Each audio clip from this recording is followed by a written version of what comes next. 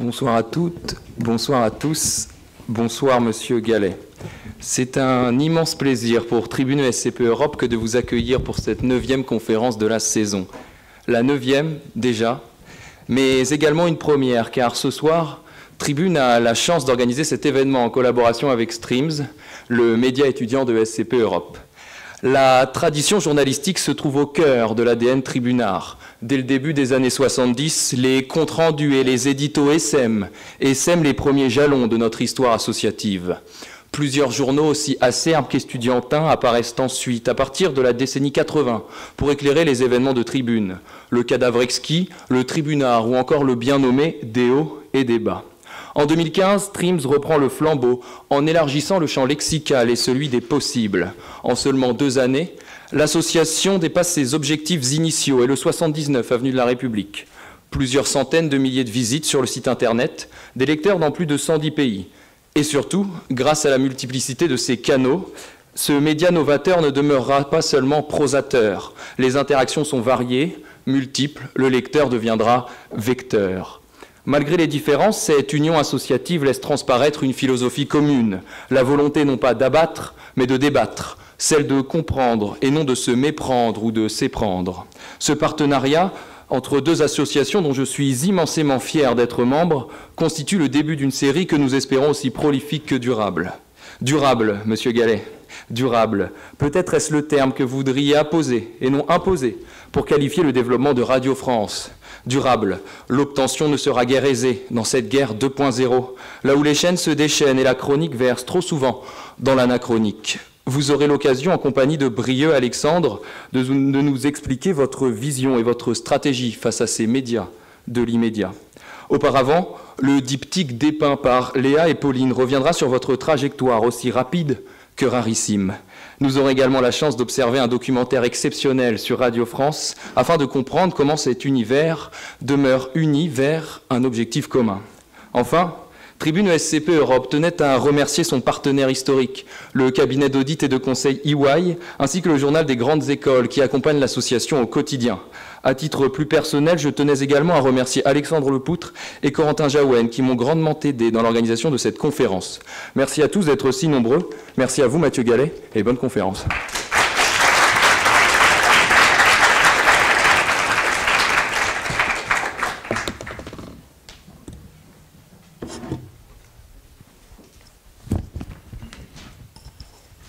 Bonsoir à tous, bonsoir à toutes.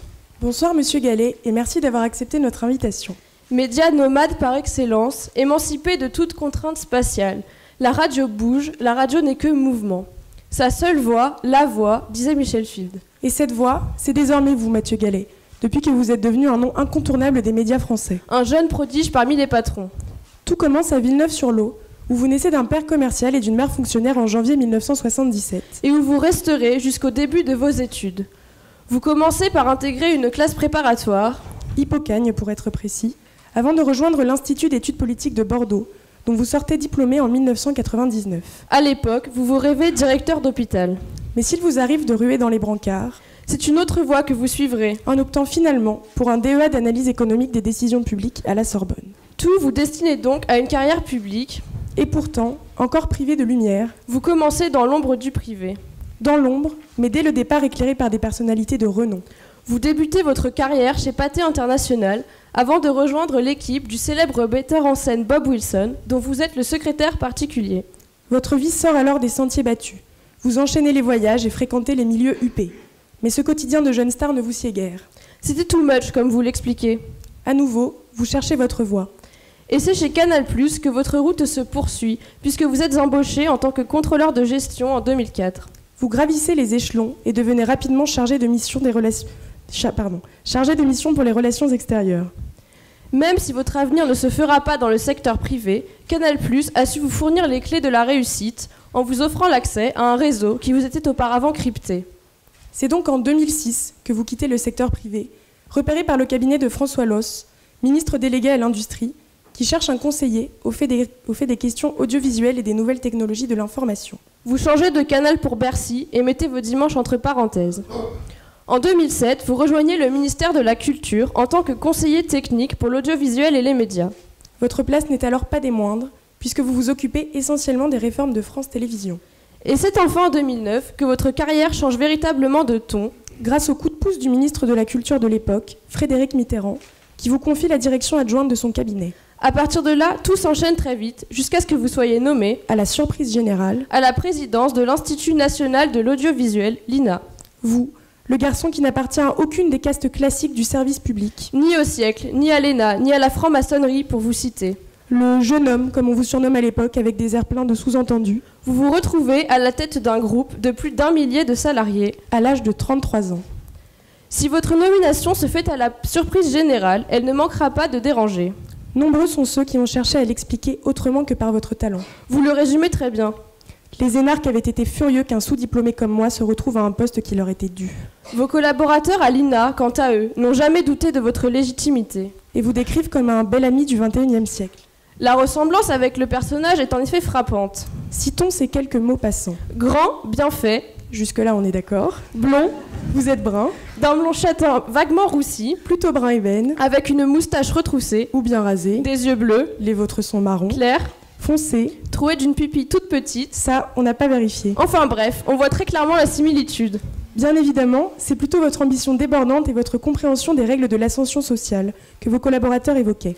Et ces règles, vous les maîtrisez apparemment à la perfection. Puisque dès 2014, vous atteignez des sommets. Du haut de vos 37 ans, vous êtes alors élu PDG de Radio France à l'unanimité par le Conseil supérieur de l'audiovisuel, ou CSA. Faisant de vous le plus jeune PDG de l'histoire de cette entreprise.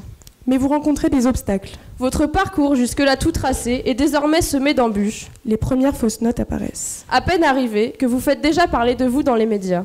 Car si votre élection s'est faite à l'unanimité, elle ne manquera pas de déranger une fois de plus. D'un côté, vous devez répondre aux exigences de l'État et faire des économies. De l'autre, vous êtes accusé d'avoir refait votre bureau à neuf pour plus de 100 000 €. D'un côté, des considérations sociales et des suppressions de postes. De l'autre, des boiseries de luxe. L'homme à radio serait-il devenu l'homme à radier ? Si votre réputation est sauvée in extremis par l'Institut général des finances, qui ne voit pas de caractère abusif à vos dépenses, le mal est déjà fait et la colère gronde. La plus longue grève de l'histoire de Radio France est alors initiée. Plus jeune PDG, plus longue grève. Autant dire que vous êtes un homme de record. Une fois le baptême de feu passé, les critiques se sont tues. Et vous avez poursuivi votre effort pour maintenir votre navire à flot, réduisant progressivement le déficit qui pèse toujours sur Radio France. 13 millions d'euros en 2016. Et malgré l'ampleur de votre tâche, rien ne vous arrête. Dans quelques mois, vous prendrez vos fonctions en tant que président des médias francophones publics. Votre objectif ? Mettre fin à l'image d'une radio rance, montrer à tous que cette référence n'a pas tiré sa révérence. Vous voilà donc arrivé en haut de l'échelle hertzienne, mais peut-on encore grimper plus haut ? Vous êtes arrivé tel un pavé dans la mare. Mais le galet continue de rebondir. Aujourd'hui, une seule question persiste. Jusqu'où irez-vous ? Finalement, loin d'être un homme médian des médias, vous n'avez pas tracé un micro-sillon, mais bien une voix majuscule, Mathieu Gallet. Et vous êtes un personnage aussi sombre que brillant, mystérieux et futé. Une exception parmi les patrons. Une onde de choc dans le monde de la radio. Apprécié par certains et contesté par d'autres, ce qui est sûr, c'est que vous n'avez pas fini d'étonner et de détonner. Place maintenant à Brieux et Alexandre. Bonne conférence à tous.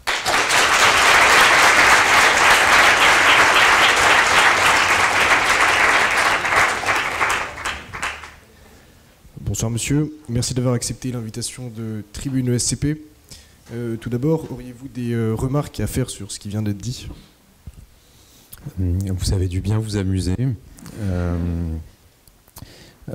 Non, c'est un parcours qui est assez linéaire au fond quand je l'entends résumé par d'autres. C'est vrai que je me rends compte que dans quelques semaines, ça fera 10 ans que j'ai rejoint, enfin ça a fait 10 ans déjà que j'ai rejoint le service de l'État puisque j'étais rentré en juin 2006 à Bercy, et ça fera 10 ans que je suis pleinement investi dans l'univers de la culture et de la communication, puisque j'étais rentré au cabinet de Christine Albanel le 1er juin 2007, et que le temps passe super vite.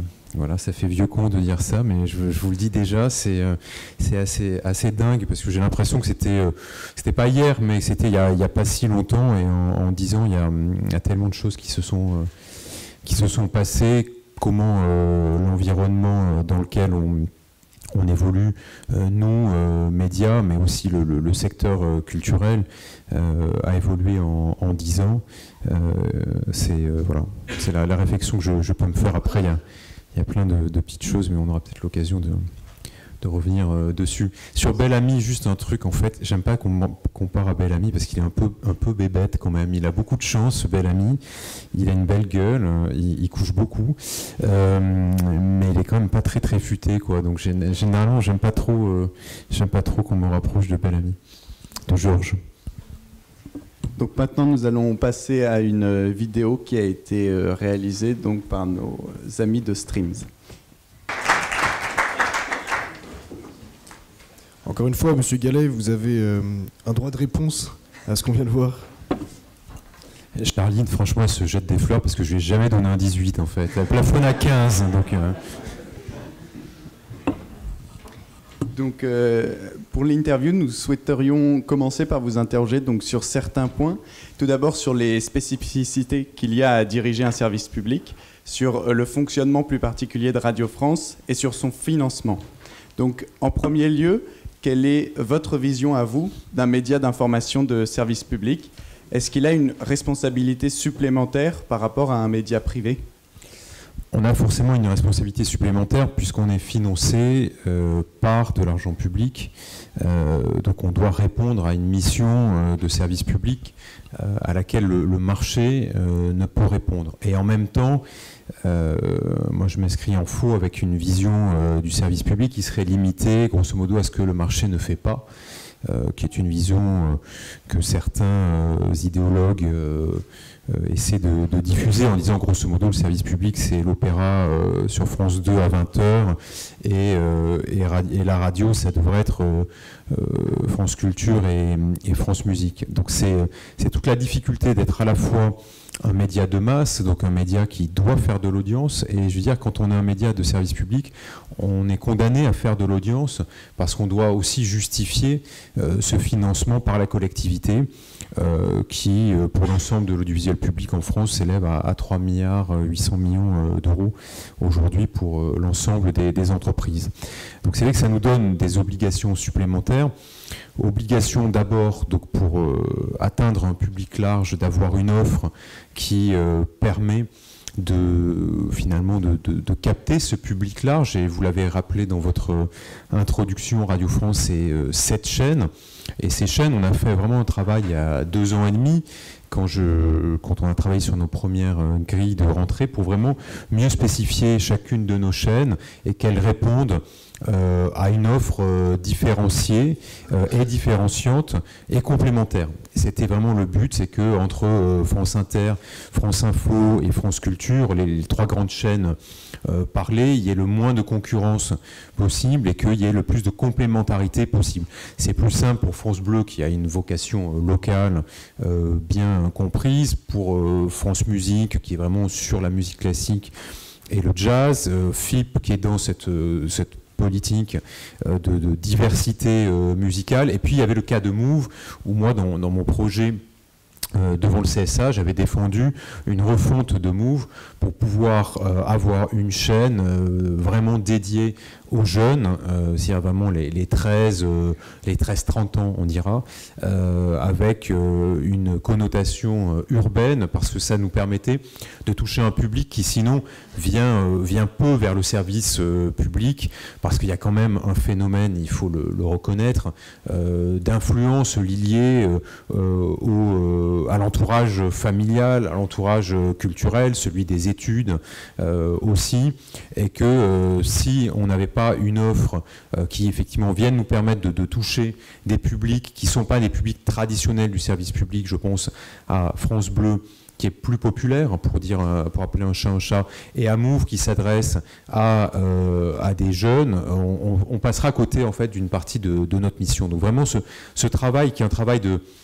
C'est un mot qu'on n'aimait pas trop à Radio France, un travail de marketing, mais dans une école comme la vôtre, je pense que ça ne vous choque pas, de penser effectivement notre offre en fonction aussi de nos publics, et en étant toutefois fidèles à nos identités, parce que je veux dire, ces chaînes, elles ont une histoire. France Inter a une histoire, France Info a une histoire, France Culture aussi, donc d'être à la fois fidèle à nos valeurs, à nos identités, à notre histoire, et en même temps de reclarifier ces missions pour pouvoir rencontrer un public le plus large et le plus diversifié possible.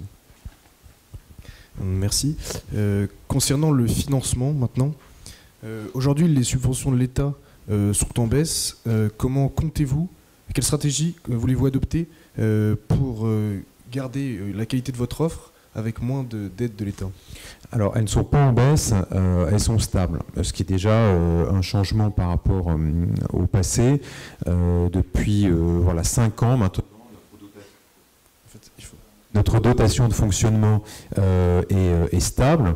On a un investissement qui est reparti, puisque vous l'avez constaté pour vos camarades qui sont venus, nous avons un chantier qui continue, un gros chantier de réhabilitation de la maison de la radio, mais ce financement avait baissé en 2012-2013 et il a largement expliqué le déficit qui était le nôtre et auquel j'ai dû faire face en 2015. Donc aujourd'hui, on a un financement qui est stable.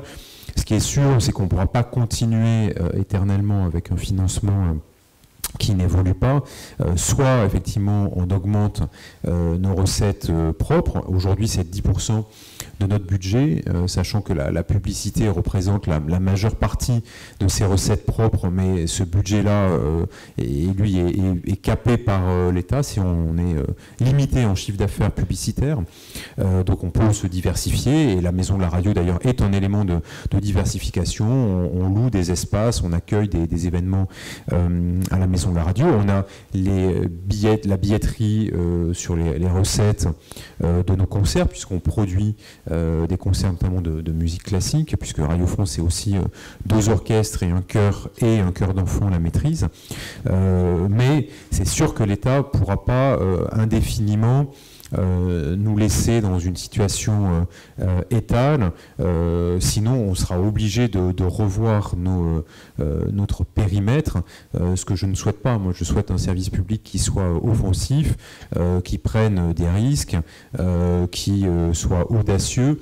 Et pour ça, il faut qu'on ait effectivement, comme toute entreprise, à un moment que nos recettes croissent d'une façon raisonnable. J'ai bien conscience de la difficulté des finances publiques, mais c'est quand même aussi la particularité des entreprises de l'audiovisuel public. Elles ne sont pas financées par l'impôt, elles sont financées par une redevance qui, aujourd'hui de 137 € par an et par foyer fiscal. Et je pense qu'on doit revoir l'assiette de cette redevance, son mode de perception, pour tenir compte aussi des évolutions technologiques. Aujourd'hui, c'est la détention d'un poste de télévision qui fait que vous êtes assujetti à la... Il faut absolument pas que je mette la main en bas, d'accord. Voilà, il faut que... j'ai pas l'habitude des micros, je suis désolé, j'y connais rien en son. Et donc aujourd'hui, c'est le fait de détenir un téléviseur qui fait que vous êtes assujetti à la redevance, qui d'ailleurs pour un groupe de radio est assez singulier. Donc moi je plaide pour une réforme de cette assiette-là. Merci. Sur le fonctionnement maintenant de Radio France, nous entrons donc dans les dernières semaines de la campagne présidentielle et donc dans les semaines d'équité et d'égalité de temps de parole. À ce sujet, une polémique a secoué Radio France récemment avec l'écartement puis la démission de Jean-Louis Bourlange, qui est éditorialiste à l'Esprit public sur France Culture, pour cause de ralliement public à Emmanuel Macron. Ainsi, dans une entreprise comme Radio France, comment gère-t-on ce genre de contraintes du CSA et dans quelle mesure doit-on les respecter à la lettre, par exemple pour le cas de Jean-Louis Bourlange? Alors c'est des mesures qui sont compliquées, on ne va pas se le cacher, pour l'ensemble des médias, et le CSA nous avait tous réunis l'an dernier, puisque les règles ont été précisées après la loi électorale de 2016.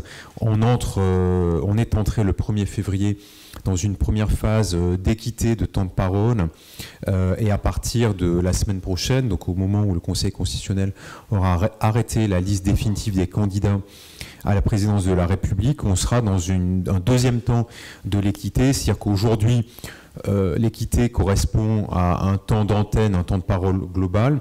À partir de la semaine prochaine, en plus, il faudra que ce temps de parole soit équitable en termes d'exposition dans la grille. Et c'est vrai que le matin, il y a plus de gens qui écoutent la radio que le midi ou que l'après-midi. Donc à partir de la semaine prochaine, Ça va être encore plus difficile et dans la dernière phase, on est dans une phase d'égalité stricte entre les candidats.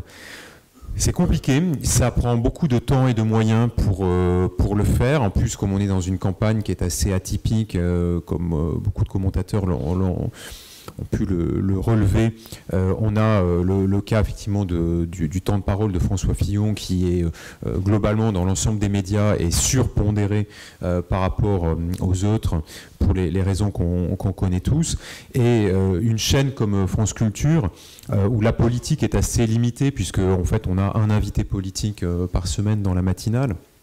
Et il n'y a pas vraiment d'autres émissions politiques sur la grille, a une difficulté à pouvoir en fait compenser le temps de parole d'un candidat ou d'un représentant d'un candidat, et toute personne qui s'est déclarée publiquement en faveur d'un candidat est réputée effectivement représenter son candidat, ce qui a amené effectivement la direction de France Culture à demander à Jean-Louis Bourlange, qui s'était déclaré en faveur d'Emmanuel Macron, de se mettre en retrait le temps de la campagne présidentielle.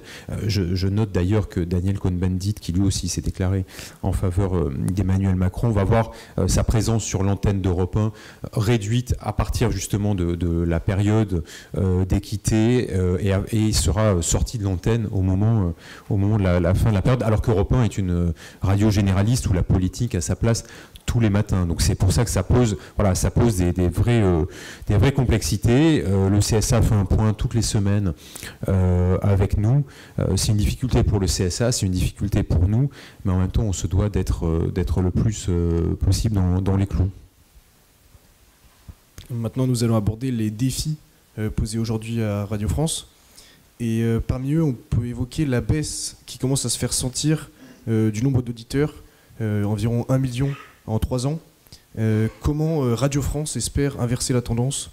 Quelles sont les stratégies mises en place? Alors la baisse du nombre d'auditeurs, c'est pas chez Radio France, c'est sur le marché de la radio en général, puisque effectivement il était à noter que la radio jusqu'à il y a quelques années touchait environ chaque jour 83-84% de la population française qui déclarait écouter au moins une fois dans la journée la radio. Ce chiffre a tendance à s'éroder et c'est vrai que dans les dernières mesures, on est tombé en dessous des 80%. Donc moins de 8 Français sur 10 qui écoutent la radio. Ce phénomène, il affecte l'ensemble du média, mais ce qui est notable, c'est que le service public, lui, progresse, puisque nous avons aujourd'hui atteint des chiffres, que ce soit en part d'audience ou en audience cumulée. Alors l'audience cumulée, c'est effectivement le nombre de gens qui viennent chaque jour écouter une radio, et l'audience cumulée, c'est un mix avec la durée, la part d'audience, pardon, c'est un mix avec la durée d'écoute. Et Radio France a progressé à la fois en audience cumulée et en part d'audience, c'est-à-dire qu'on a plus d'auditeurs chaque jour et qui restent plus longtemps, ce qui explique que notre part d'audience, pour la première fois, elle a dépassé 25%, ce qui n'était jamais arrivé, et qu'une chaîne comme France Inter, quand je suis arrivé, les premiers chiffres, quand je suis arrivé donc, de la dernière grille de mon prédécesseur, France Inter était à 9 points d'audience, donc un niveau qui était très bas. Aujourd'hui, on se situe entre 11, 2, 11, 3 lors des dernières mesures. Donc il y a une vraie conquête d'auditeurs, et notamment, je pense, d'auditeurs plus jeunes. On l'a vu sur France Info, notamment. Là aussi, France Info a repassé les 4,5 millions d'auditeurs par jour, parce qu'on a un public qui s'est diversifié. Laurence Bloch le disait dans son interview, enfin dans la petite présentation que vous avez faite. Pour nous, il faut à la fois rester une radio et en même temps tenir compte de tous les changements d'usage, d'habitude d'écoute, de consommation de nos médias, puisqu'aujourd'hui la place de la vidéo est devenue très importante pour le média radio. La distribution sur les plateformes de partage, et particulièrement YouTube, est importante. Le redécoupage de nos programmes et l'essaimage sur les réseaux sociaux est aussi essentiel. Et une personnalité comme Charline, Aujourd'hui, elle est très suivie sur les réseaux sociaux, son émission est très suivie en live stream sur notre site et sur YouTube. Et aujourd'hui, notre best-of des humoristes de France Inter est aujourd'hui le premier podcast chaque semaine de France Inter. Donc vraiment, c'est une stratégie de dissémination, c'est une stratégie d'essaimage pour pouvoir toucher un public qui n'a pas eu l'habitude d'écouter la radio, ce qui à mon avis est le cas de beaucoup d'entre vous, parce qu'on le voit, la génération des millennials, je ne sais pas si vous aimez vous faire appeler comme ça, mais enfin c'est comme ça que les marketeurs vous appellent, effectivement, écoute moins la radio par rapport à ma génération où on écoutait la radio pour découvrir notamment de la musique. Donc les radios musicales souffrent beaucoup. On le voit, c'est le cas d'Énergie, on le voit aussi pour d'autres radios musicales, parce qu'aujourd'hui, la musique, pour découvrir la musique, il n'y a pas que la radio. Hein, je pense que voilà, tous les abonnements à Spotify, à Deezer ou Apple Music amènent aussi de la musique, la font découvrir. Donc il faut réinventer le rôle des radios musicales, ce qui explique effectivement un décrochage en France. Moi, ce qui m'a un peu rassuré, c'est qu'il y a 15 jours, j'étais aux États-Unis, en Californie, à Seattle, avec une partie des cadres de Radio France, et on a rencontré l'équipe de iHeart Radio, qui est le premier groupe de radio privé aux États-Unis. Et aux États-Unis, on a vu ces 5 dernières années l'écoute de la radio, au contraire, croître, notamment parce que les podcasts marchent très très fort aux États-Unis, et parce que, ce que nous expliquait iHeart Radio, c'est qu'ils avaient effectivement eu une politique, d'adaptation à l'ensemble des devices. C'est-à-dire que dès qu'il y a une nouvelle façon d'écouter de la radio, que ce soit dans les voitures, dans les espaces embarqués des nouvelles générations des voitures, sur des nouveaux devices du type effectivement Echo d'Amazon ou l'appareil de Google, ils sont dessus. Donc voilà, ils sont sur Spotify, ils sont sur. Donc voilà, c'est un coût, mais au moins ça leur a permis de fidéliser et d'élargir leur audience et de la monétiser, puisqu'évidemment c'est un groupe privé. Mais donc dans votre volonté donc de toucher plus les jeunes par la radio, donc on l'a compris, ça passe par une stratégie donc de différenciation des médias utilisés. Du coup, la question du maintien de Move se pose, puisque les audiences ne sont pas vraiment au rendez-vous. Les derniers chiffres parlent de 0,3% de l'audience, ce qui correspond environ à 160 000 auditeurs. Est-ce que la question du passage à une web radio ou pour Move se pose à Radio France? Alors, les derniers chiffres Médiamétrie, donc qui mesurent tous les 2 ou 3 mois l'ensemble des radios de façon déclarative, faisaient état de 0,5. Pour Move. C'est clairement pas suffisant, c'est évident. Sur la cible, en revanche, de Move, on fait mieux puisqu'on fait 1,4. Donc c'est-à-dire que quelque part, le produit correspond à sa cible, mais c'est encore insuffisant. Donc c'est vrai qu'on a une réflexion actuellement sur la meilleure distribution possible de Move, puisqu'aujourd'hui, Move rencontre ses plus belles audiences via la vidéo, sur YouTube, sur Facebook.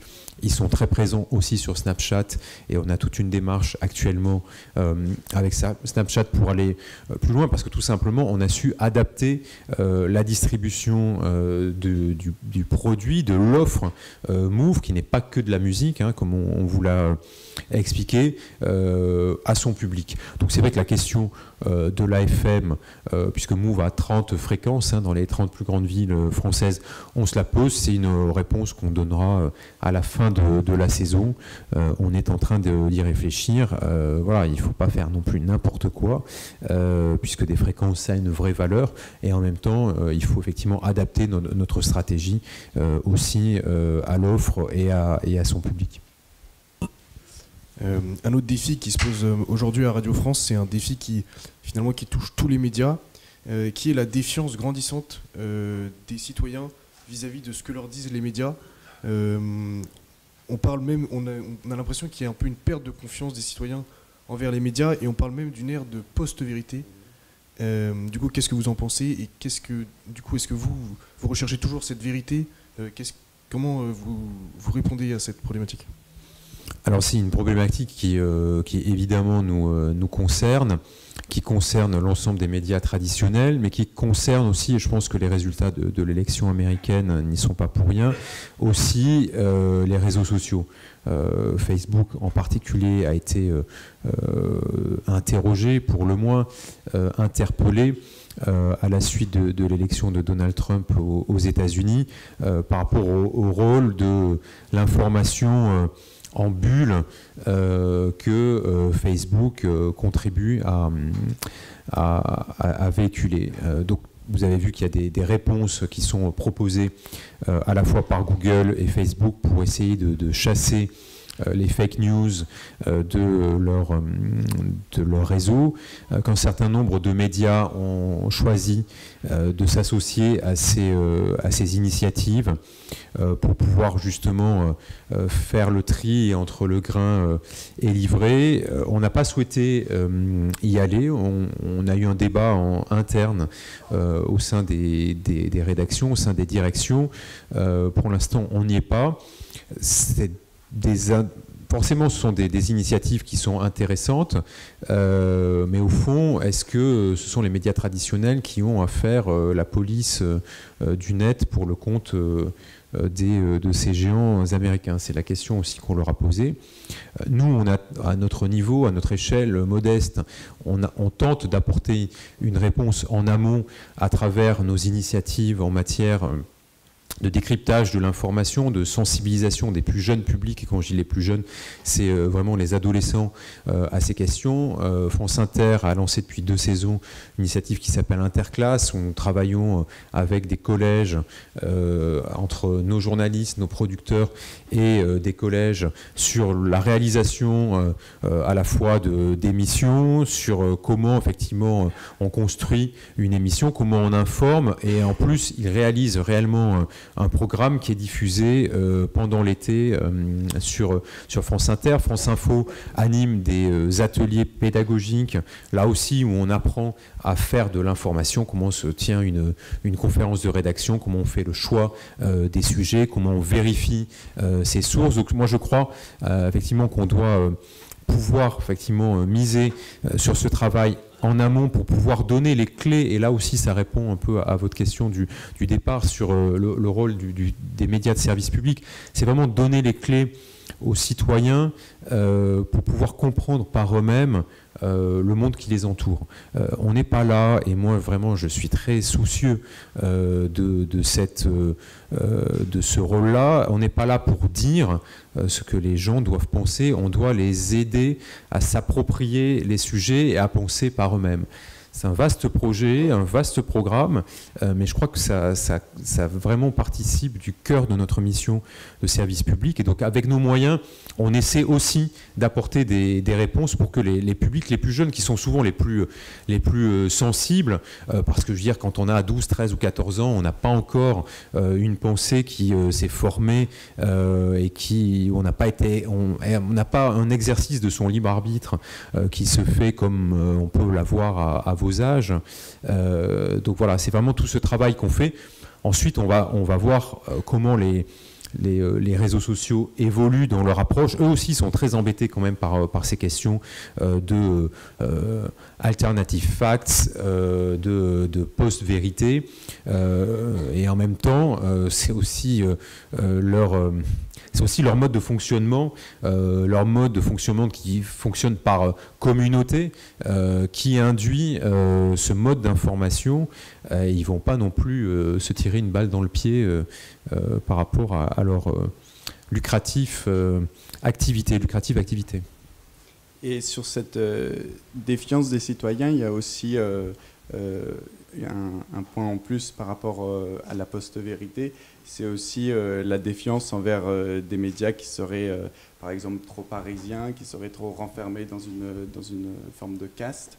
À ce sujet, le chef du service politique de France Culture disait qu'il faudrait sortir des grands centres urbains pour se rendre dans cette France enfin, je le cite, dans cette France périphérique décrite par Christophe Guilly. Est-ce que des actions sont menées dans ce sens avec Radio France? Oui, bien sûr, nos antennes le font. Et d'ailleurs, il n'y a pas que nous. Hein, je dirais un certain nombre de médias. Je regardais l'autre jour ce que France 2 faisait aussi. Je pense que c'est une des leçons qui a été retenue de la campagne américaine une fois encore. Qu'on a vu qu'aux États-Unis, il y avait les habitants des deux côtes et puis le centre du pays, et que probablement il y a eu un déficit de traitement de cette vie et qui est dans la diversité de ce pays, parce que les médias traditionnels locaux aux États-Unis ont été quand même ravagés par la crise. Hein, je pense notamment à la presse locale, et qu'en France, on voit aujourd'hui que la situation n'est pas très bonne non plus. Donc c'est vrai que ce soit Inter, Culture, France Bleu évidemment, puisque là c'est vraiment le cœur de sa mission, ou France Info, organise vraiment des reportages, se déplace aussi dans les régions. On était, je crois, sur France Inter il y a une dizaine de jours à Aubusson, dans la Creuse, pour pouvoir parler des sujets de la campagne dont on n'entendait pas forcément assez parler, sur la désertification de ces zones rurales, avec tout ce que ça entraîne derrière comme difficulté de maintenir une vie en commun, une communauté, avec la question des déserts médicaux, avec la question effectivement des services publics qui sont aujourd'hui en retrait, avec la question des jeunes qui partent dans les grands centres universitaires et qui ne reviennent pas, avec le fait qu'il y a encore une fracture numérique dans l'arrivée du très haut débit et du haut débit dans ces zones-là. Donc voilà, donc c'est aussi pour nous une façon de dire nous sommes un groupe national, et c'est vrai que c'est aussi un message que je répète assez souvent. C'est pas parce qu'il y a France Bleu que les chaînes nationales n'ont pas elles aussi à traiter ne serait-ce que de l'actualité. Moi je vois sur l'actualité culturelle, c'est toujours un travail important de dire il y a beaucoup de choses qui se passent à Paris, parce que c'est vrai que l'actualité culturelle elle est plus forte à Paris qu'en région, mais il y a aussi une vraie dynamique culturelle en région, et on doit aussi traiter de ce qui se passe dans les régions pour pouvoir être un média réellement concernant pour l'ensemble de nos concitoyens. Merci. Donc maintenant, on va se concentrer un peu sur le conflit social qui a eu lieu en 2015. Donc un bref résumé du conflit, c'est qu'il y a eu des demandes du gouvernement pour un retour à l'équilibre initialement prévu pour 2017. Vous avez alors proposé un certain nombre de réformes qui n'ont pas toujours plu aux syndicats, et des tensions se sont alors cristallisées sur ces réformes. Oui. Les syndicats ont appelé à la grève qui a duré un temps historique de 28 jours, avec certaines revendications: l'abandon de la fusion des deux orchestres de Radio France, l'abandon des réformes du service propreté et des moyens pour l'accueil et la sécurité, l'abandon de la réforme des modes de production, le maintien des effectifs et le rejet des mutualisations de programmes sur France Bleu. Donc qu'est-ce qui est ressorti de ce conflit social? Quelles réformes ont été maintenues et quelles autres ont été abandonnées? Alors, vous avez bien résumé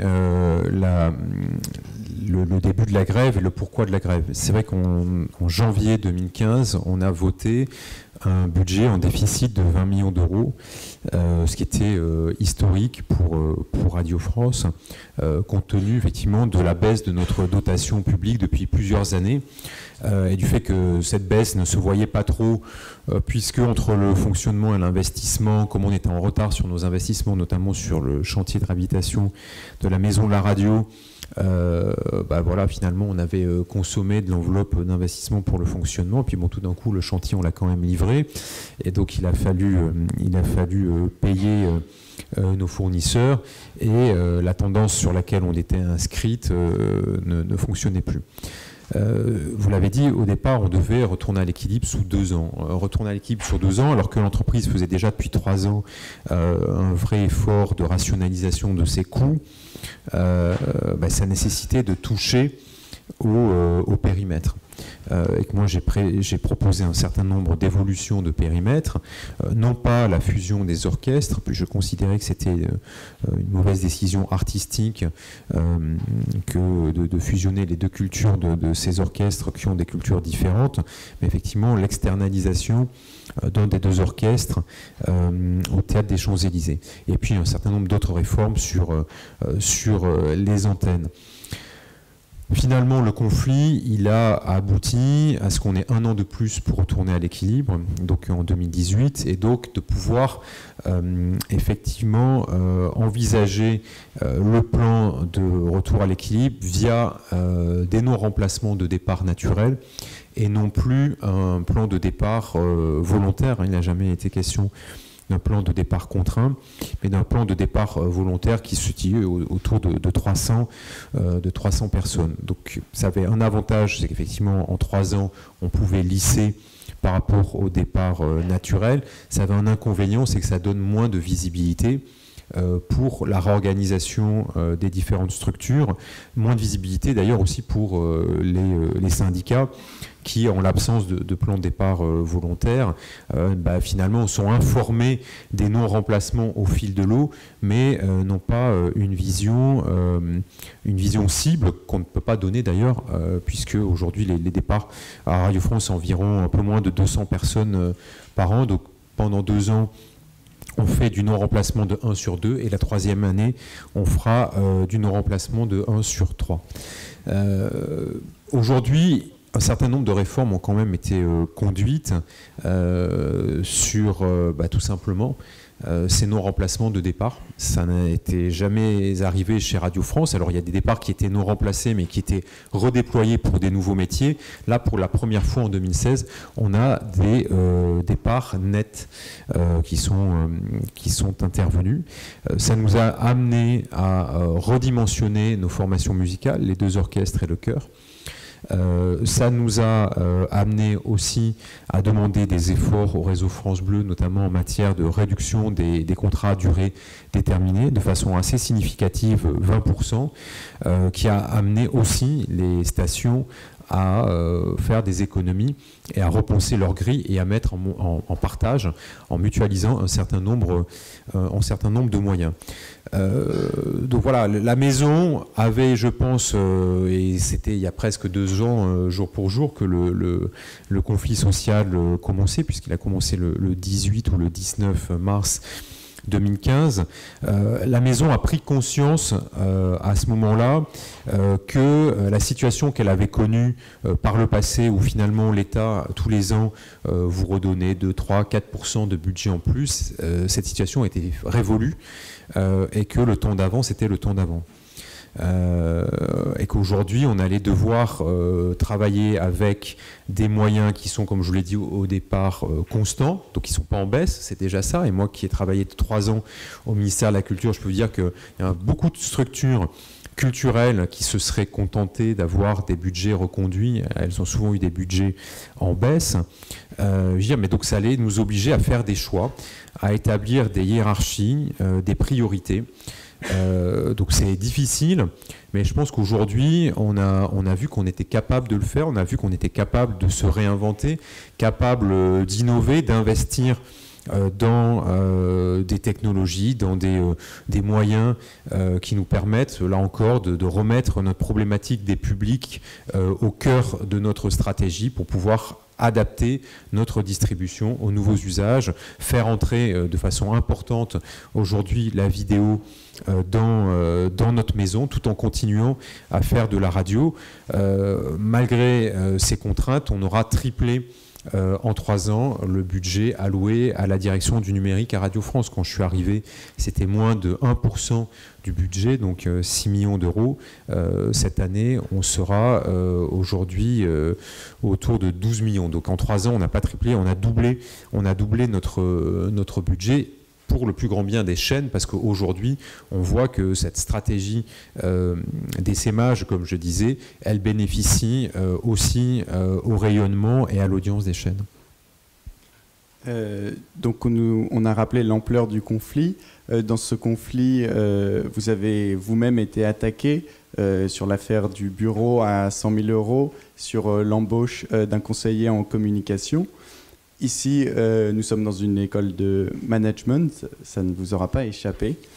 Donc comment gère-t-on un tel conflit? Comment peut-on réapaiser certains débats? Où ont été les fautifs selon vous dans l'ampleur de ce débat? Et si rétrospectivement vous pouviez changer quelque chose, est-ce que vous le feriez? Forcément, parce que sinon, c'est dire qu'on n'apprend rien de son expérience, on ne tire aucun enseignement. Globalement, je vous l'ai dit, je pense que ce conflit, il était presque inéluctable par rapport à une situation qui était inédite pour l'entreprise. Et ce que j'en retire, c'est qu'il a été bénéfique pour l'entreprise, parce qu'il nous a permis de changer tout en restant nous-mêmes. Et c'est toute la difficulté de manager une entreprise qui a une histoire ancienne, une culture d'entreprise forte, où les changements, on peut le dire quand même, n'étaient pas la chose du monde la mieux partagée. Et donc, comment en fait avoir une méthode qui rassure sur l'avenir, quand on voit que finalement l'avenir sera moins confortable que par le passé, tout en donnant donc des perspectives et en même temps en disant voilà, on doit changer, on doit se réformer.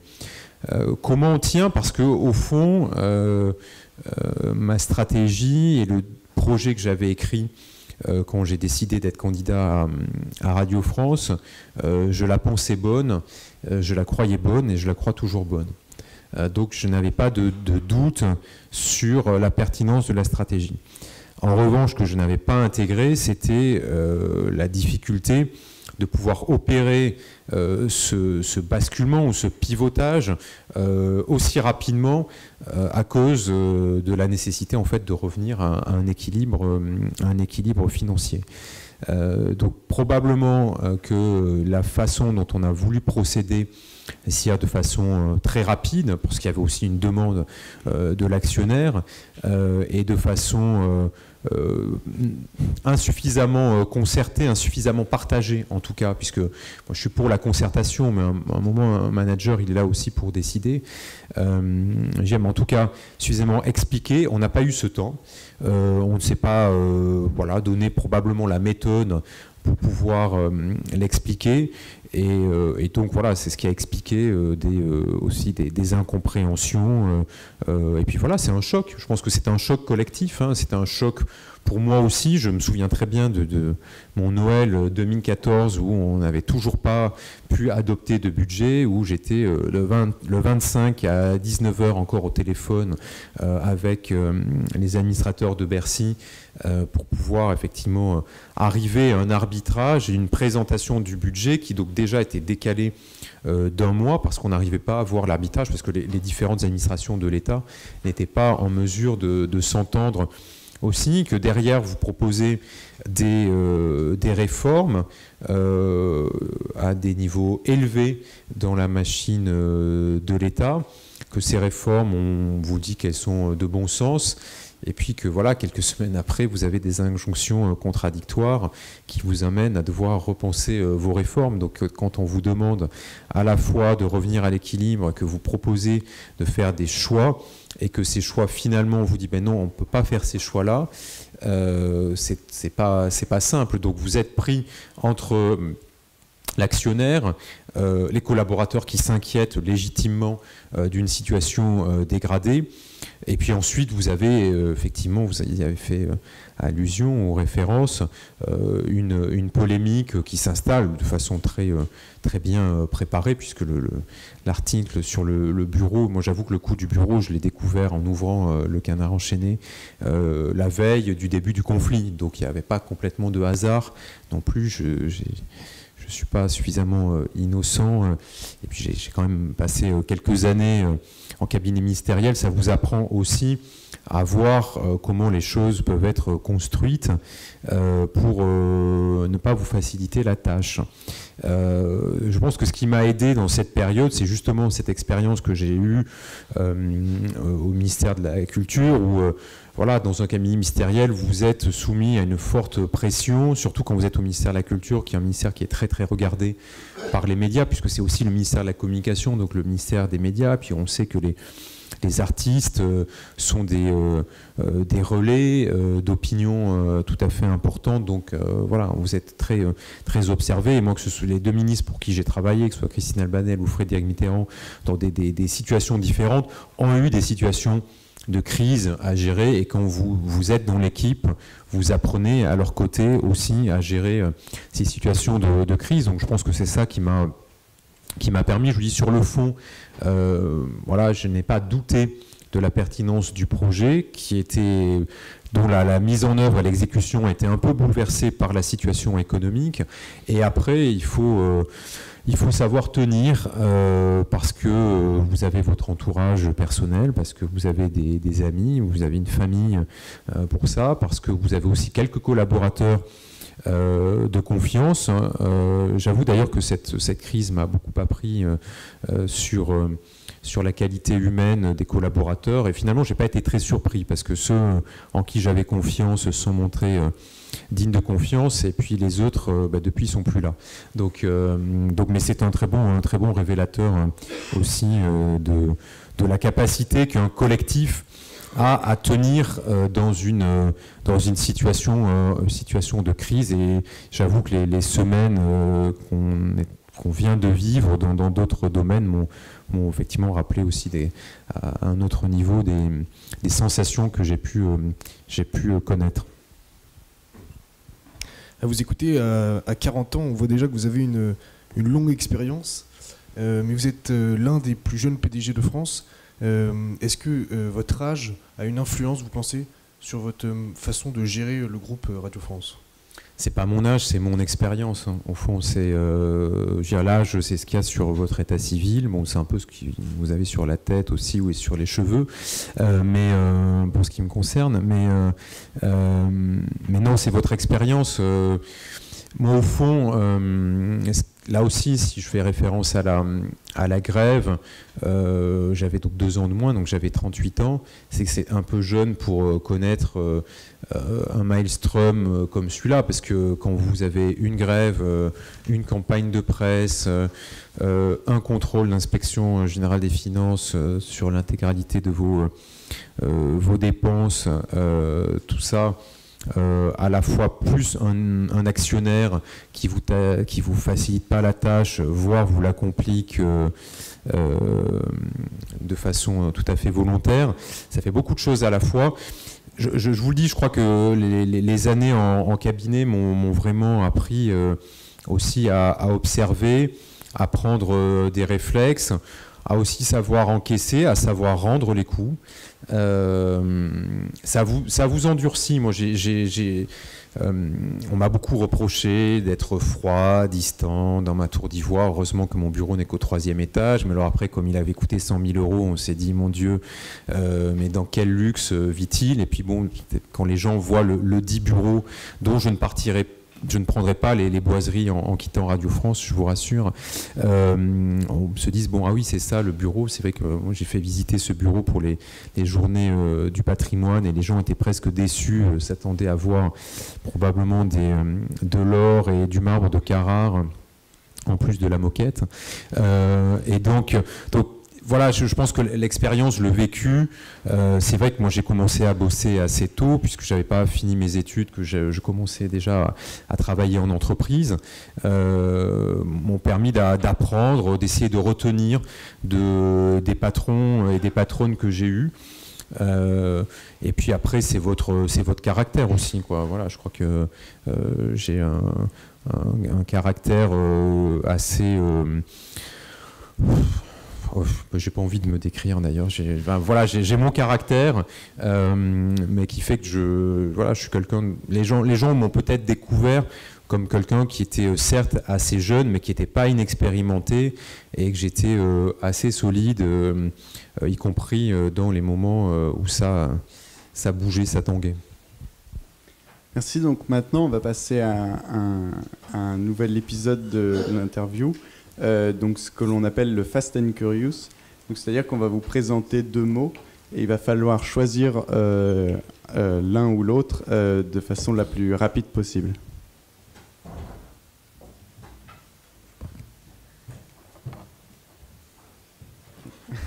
Alors là, ça va trop vite. Alors allez-y. Alors j'ai vu. Alors il y avait Ina ou Ena. Ina. Donc maintenant, Snapchat ou Twitter? Je suis plus Twitter. Ouais, alors vous, au niveau technologie... Sûr d'être Twitter.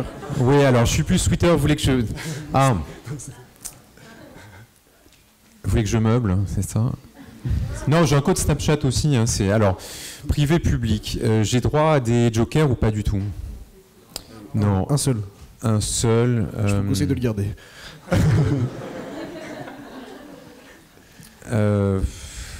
C'est très difficile parce que je fais une petite digression. Si j'ai eu envie d'aller diriger l'INA, c'est justement parce que l'INA c'est à la fois un établissement public avec des missions de service public et en même temps une entreprise qui vit à 30% de son budget par des ressources commerciales, et c'est un bon mix entre ma carrière privée-publique.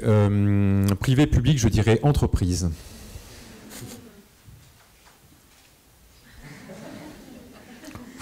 Facile. En marche.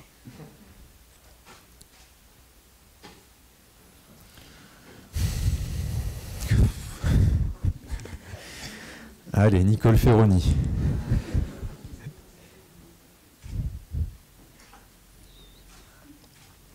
France Inter.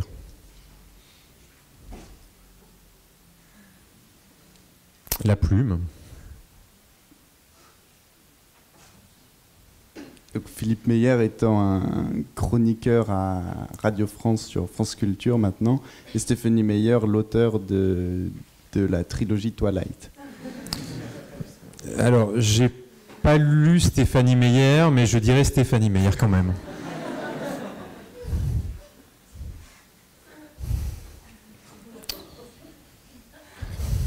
Hubert.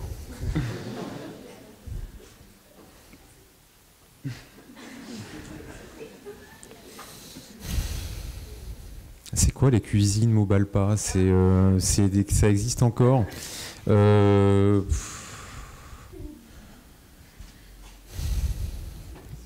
vais dire quand même bureau Ikea parce que je suis nul en matière de bouffe, donc je cuisine pas beaucoup. Alors là maintenant c'est un autre jeu. Ça va être si vous étiez. On finit quand avec Action ou Vérité là, Et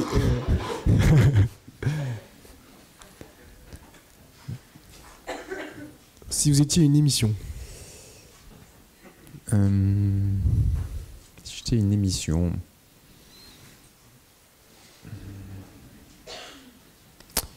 L'heure de vérité. Si vous étiez donc un chroniqueur. Pardon.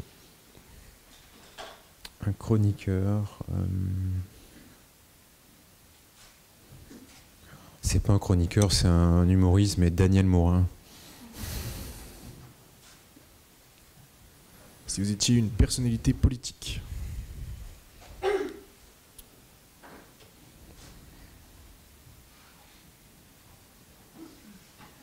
J'hésite entre Poincaré et Clémenceau.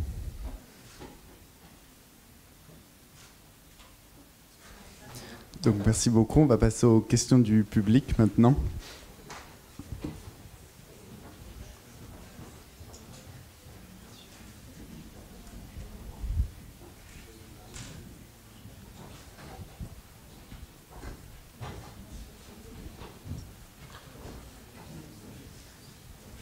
Bonsoir.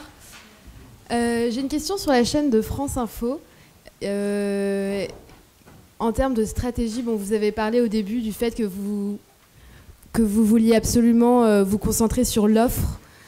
Et est-ce que vous considérez, enfin, dans le pourquoi est-ce que vous avez lancé France Info en septembre, est-ce que vous vous attendiez à une vraie demande ou en termes d'audimat, qu'est-ce que vous attendiez ?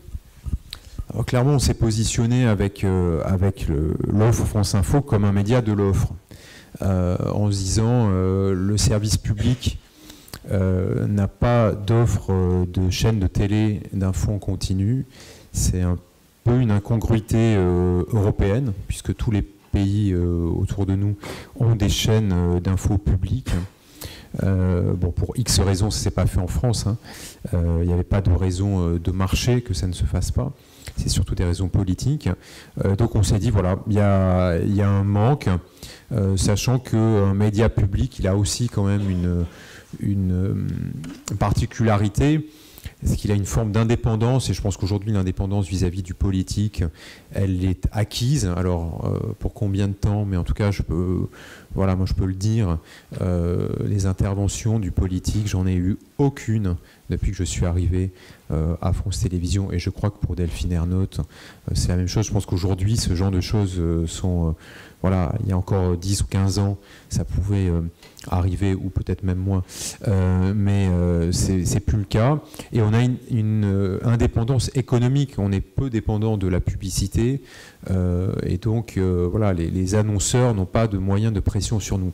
Je crois que c'est pas le cas d'un certain nombre de médias privés, et j'en citerai aucun, mais je pense qu'on a tous des exemples en tête, et donc c'est aussi pour ça qu'on a voulu créer France Info, qu'on a souhaité effectivement montrer que le service public, en un temps record, on a mis moins d'1 an pour créer cette chaîne, était capable de rassembler ses forces pour pouvoir avoir une offre d'infos en continu qui soit différente de ce qui se fait ailleurs, et qui se fait très bien d'ailleurs. Moi je trouve que les chaînes d'infos en continu vraiment se sont améliorées dans leur traitement de l'information.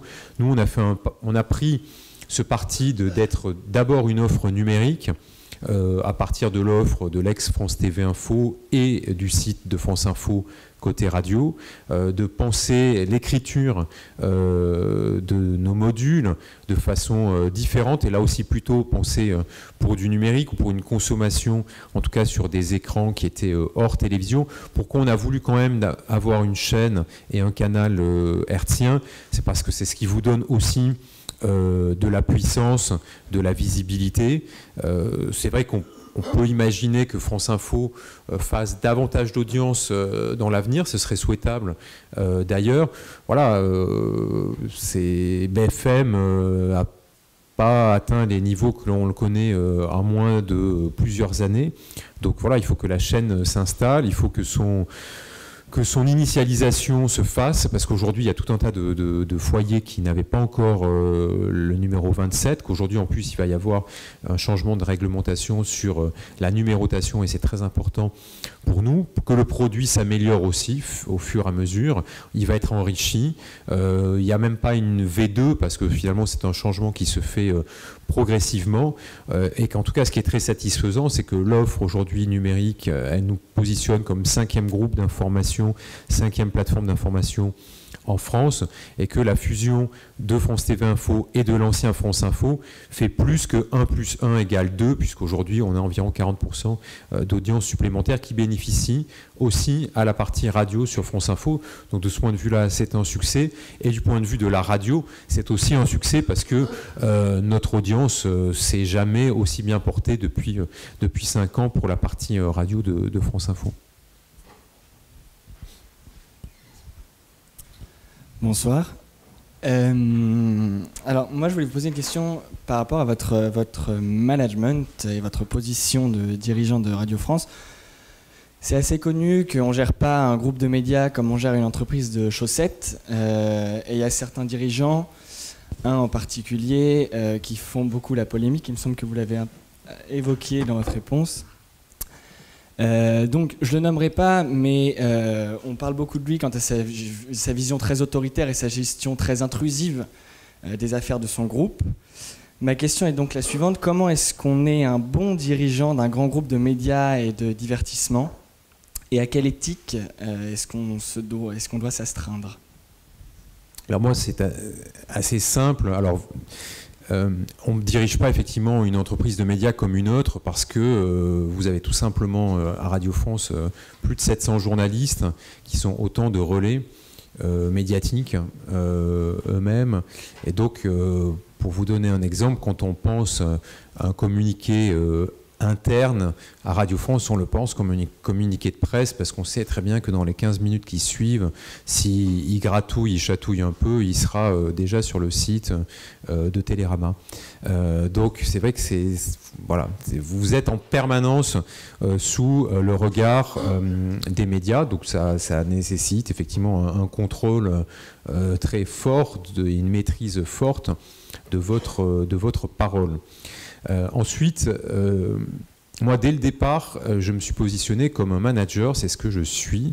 C'est pour ça que je suis venu à Radio France. Je ne suis pas journaliste, je ne suis pas producteur, je ne suis pas un homme de radio. Alors peut-être que c'est aussi ce qui a expliqué que la greffe a eu du mal à prendre au début. Moi, je suis là pour non pas être un gestionnaire, parce que je ne suis pas directeur général de Radio France, je suis président directeur général. Donc je suis là aussi pour impulser une stratégie, pour donner un cap, pour m'entourer d'une équipe, pour la faire travailler ensemble, lui donner des objectifs et contrôler que ces objectifs sont atteints. Et donc j'ai une équipe autour de moi, j'ai plus de directeur général. Voilà, et ça je l'avais vraiment tout de suite formalisé. Je dis, pour une boîte d'une taille de cette taille-là, 5000 personnes, certes c'est beaucoup de monde, mais c'est pas si gros non plus. On peut très bien être à la fois un président et un directeur général, et donc j'ai un management en râteau, avec un comité exécutif qui est ramassé, avec 7 membres au sein de ce comité.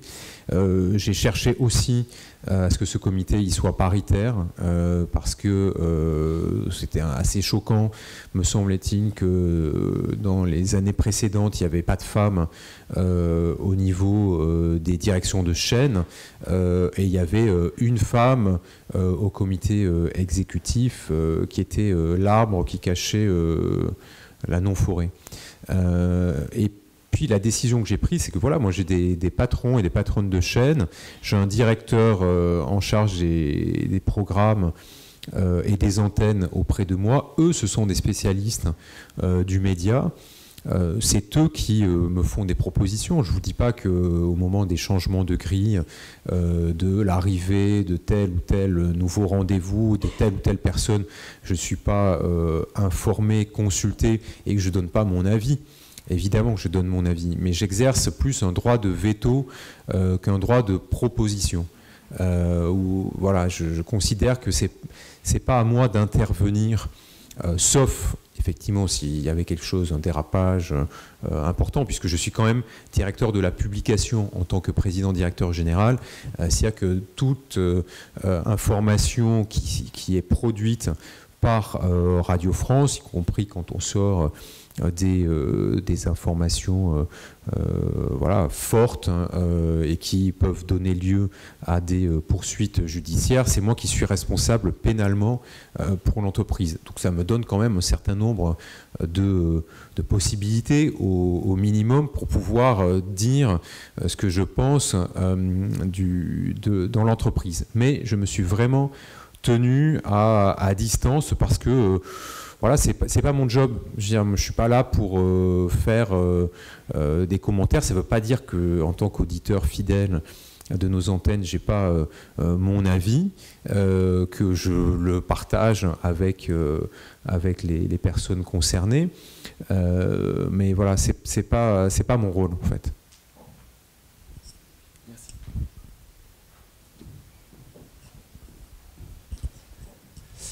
Bonsoir Mathieu Gallet. Moi j'aimerais évoquer le cas Le Move, et non pas Move parce que je suis un peu nostalgique de l'ancienne chaîne. Vous n'êtes pas si vieux pourtant. Non, c'est vrai, c'est vrai.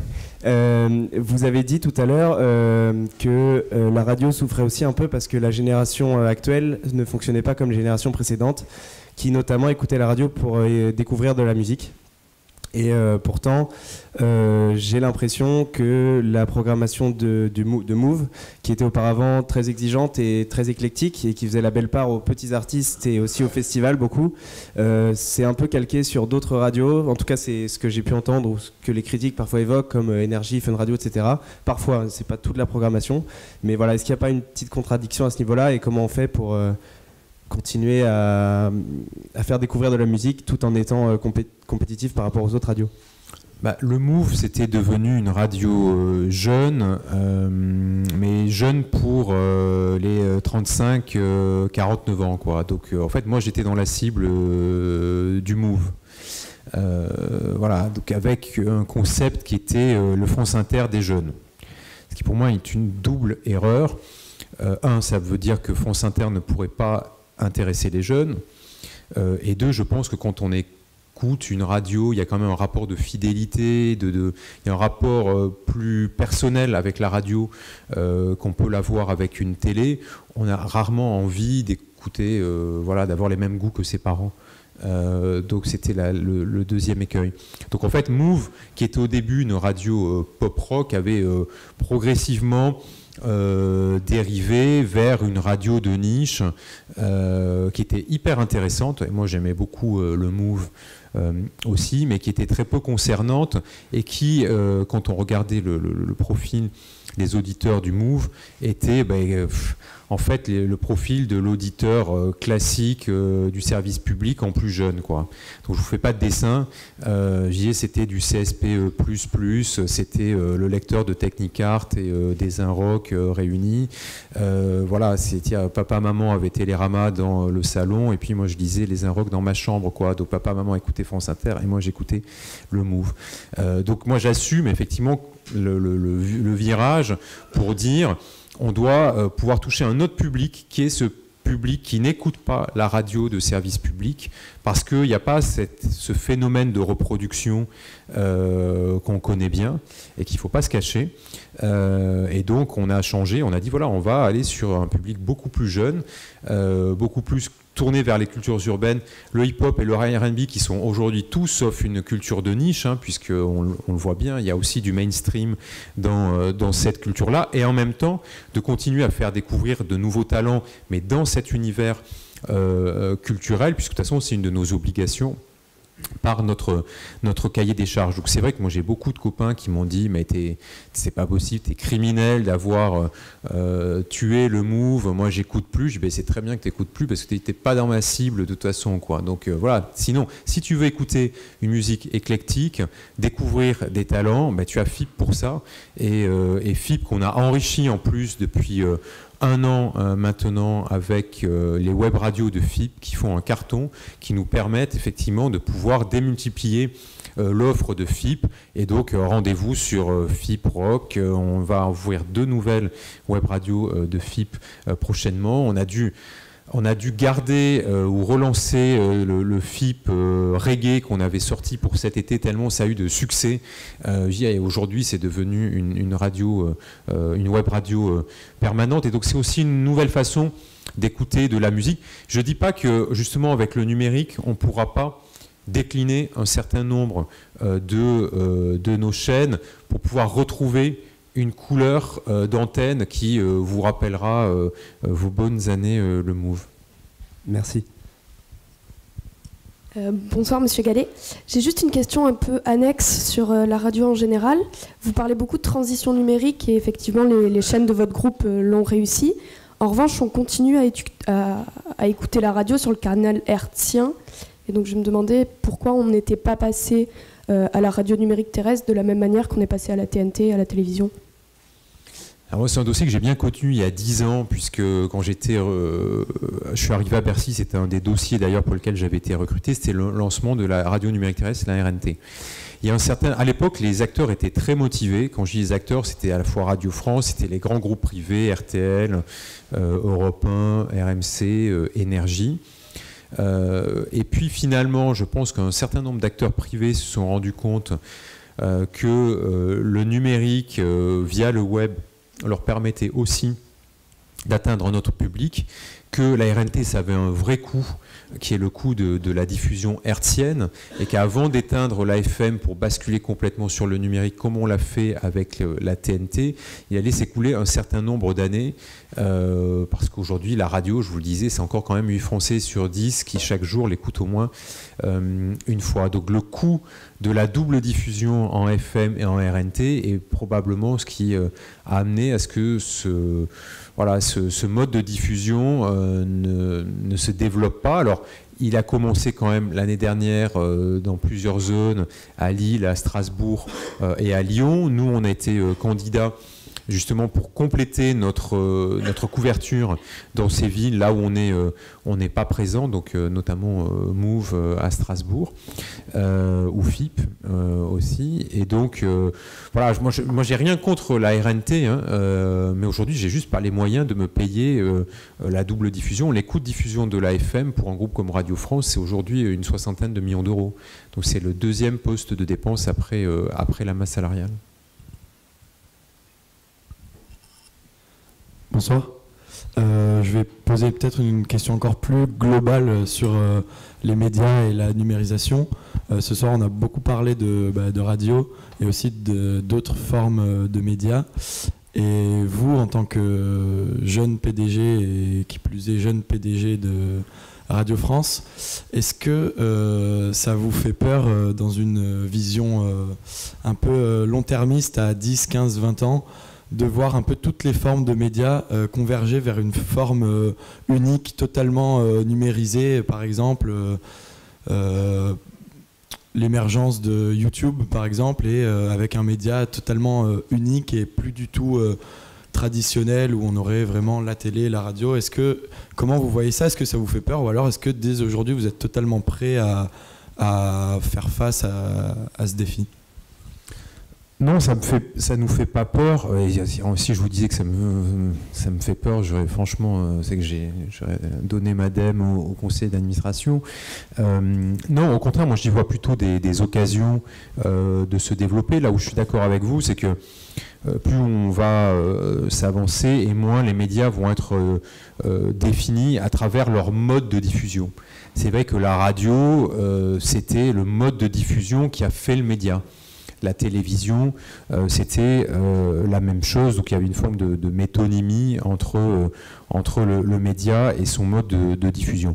Aujourd'hui, ce qui me rend confiant, et je ne sais franchement pas à quoi ressemblera le marché à 5, 10 ou 15 ans, je pense que personne ne le sait, et c'est tant mieux. Les choses changent tellement vite, et avec une accélération des cycles très forte. Là où je me sens à l'aise, c'est qu'aujourd'hui, j'ai l'impression que notre groupe a réussi sa transition en revenant à ses fondamentaux, ceux de l'offre, c'est-à-dire son travail de production, de contenu, son travail d'édition, de programmation de ces contenus, c'est-à-dire qu'en fait on a des contenus qui correspondent à nos identités, à nos valeurs, donc à la promesse éditoriale qu'on fait, c'est ce qui explique la fidélité ou la nouvelle attractivité de nos chaînes. Et qu'à partir du moment où on est fidèle à ses valeurs, à son identité, à ses marques, et que ces marques sont fortes, on est capable de les décliner, de les développer sur d'autres types de distribution que les types traditionnels. C'est ce que Laurence Bloch disait dans votre reportage.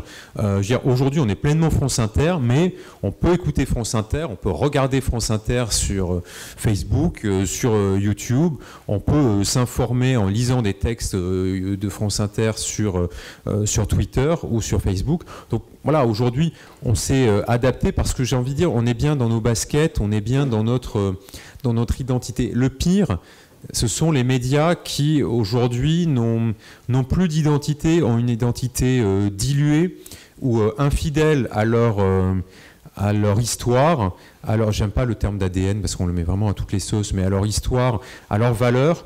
Et c'est ceux qui souffrent. Je ne vais pas citer un exemple, mais je l'ai vraiment en tête, voilà, de médias traditionnels qui, aujourd'hui, parce que voilà, ils ont des incarnations, ils ont des programmes qui sont où ils font trop le grand écart, où ils sont plus dans leur identité, qui sont perdus, ils sont nulle part, et ils sont mal.